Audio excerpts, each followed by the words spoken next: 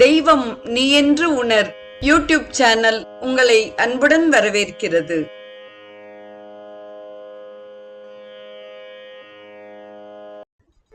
அன்பு உள்ளங்கள் அனைவருக்கும் இனிய சுபதின வணக்கம்.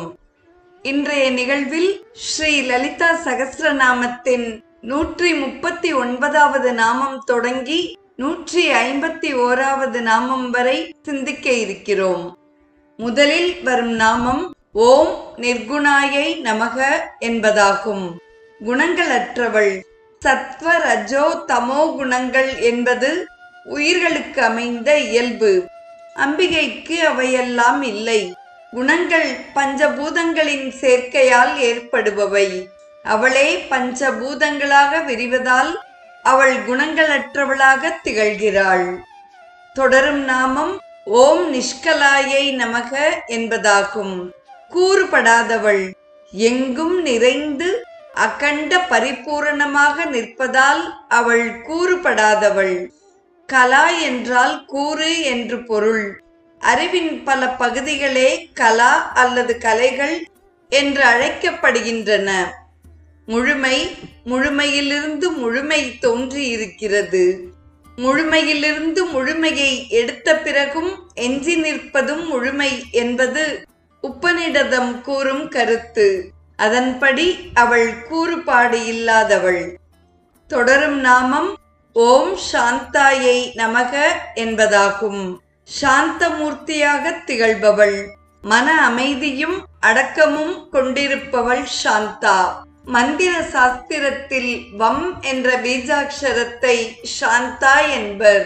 அந்த வித்தெழுத்தின் வடிவானவள் அம்பிகை. தொடரும் நாமம் ஓம் நிஷ்காமாயை நமக என்பதாகும். விருப்பமில்லாதவள். எல்லா விருப்பங்களும் நிறைவேறிவிட்டதால் தனக்கென விருப்பம் ஏதும் இல்லாமல் இருப்பவள். காமம் என்றால் விருப்பம் என்று பொருளாகும். சிவனுடைய விருப்பமும் அடியவர்களின் விருப்பமும் அவளது விருப்பமாகின்றது. எனவே அவளுக்கென தனியான விருப்பம் இல்லாதவள். தொடரும் நாமம் ஓம் நிருபப்ளவாயை நமக என்பதாகும். அழிவில்லாதவள்.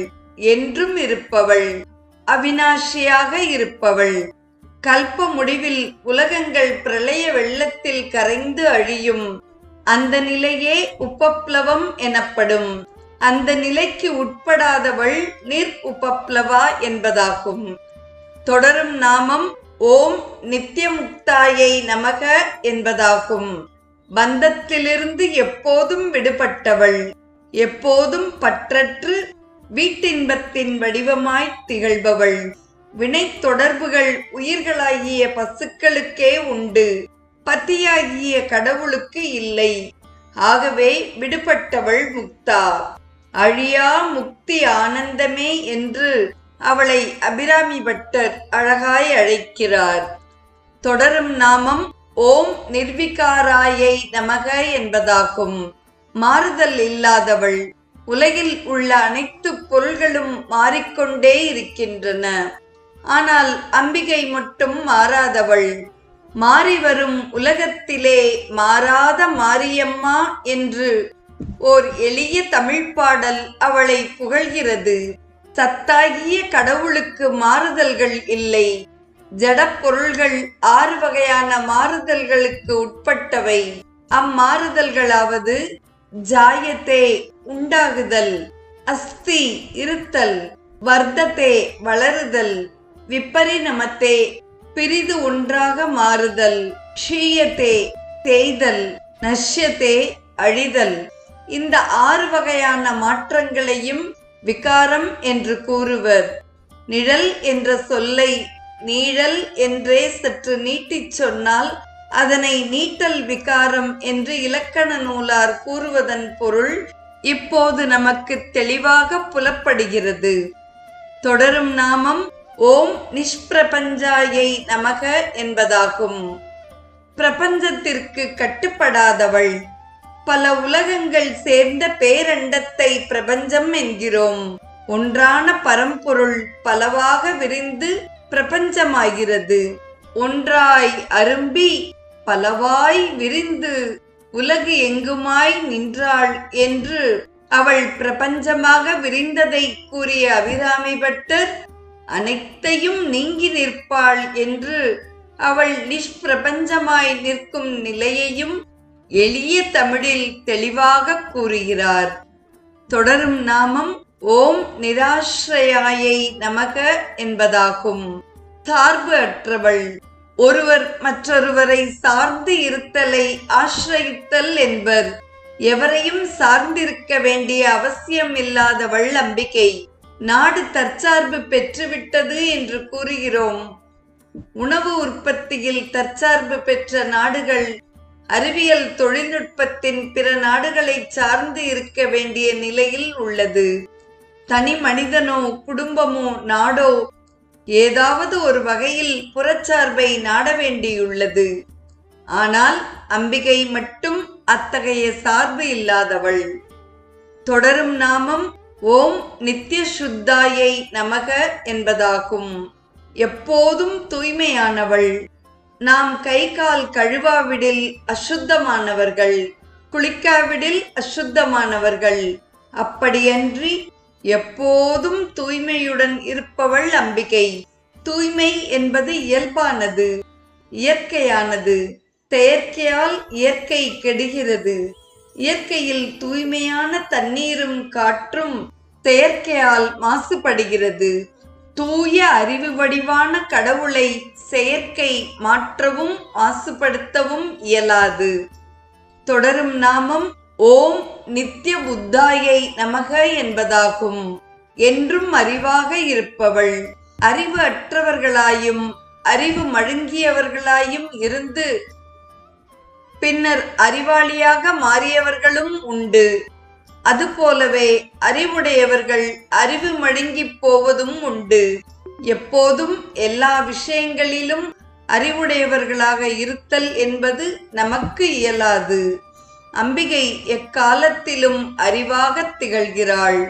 சித் என்னும் அறிவு வடிவாகி வாலறிவாகி அறிவொளியாகி திகழும் அம்பிகை எப்போதும் அறிவாக இருப்பவள்.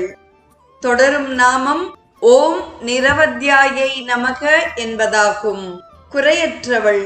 புகழ்ந்து பேசத்தக்க சிறப்புகளை வத்தியம் என்றும் இகழத்தக்க குறைபாடுகளை அவத்தியம் என்றும் கூறுவர். குறைவிலா நிறைவான அம்பிகையை நிரவத்யா என்றனர். வத்தியம் என்ற சொல் நரகம் என்றும் பொருள் தரும். தன் அடியார்களை நரகத்தில் இடர்படாத நிலையில் வைப்பவளை நிரவத்யா என்று கூறினர். நிறைவாக வரும் நாமம் ஓம் நிரந்தராயை நமக என்பதாகும். இடைவெளி இல்லாதவள். எல்லாமாய் எங்குமாய் எப்போதும் நிற்பவள். ஆதலின் அவளுக்கு கால தேச வர்த்தமானங்களால் இடைவெளி என்பதே இல்லை. காலத்தால் அழியாதவை என்று கருதி சிலவற்றை நிரந்தரம் என்று கூறுகிறோம். உண்மையில் அவை அனைத்தும் ஒரு காலகட்டத்தில் அழியக்கூடியவைகளே. காலத்தால் ஏற்படும் இடைவெளியில்லாத அம்பிகை நிரந்தரமானவளாக திகழ்கிறாள். நாளையும் அம்பிகையின் குணாதிசயங்களை தொடர்ந்து சிந்திப்போம். பக்தியுடையார் காரியத்தில் பதறார். மிகுந்த பொறுமையுடன் வித்து முளைக்கும் தன்மை போல் மெல்லச் செய்து பயனடைவார்.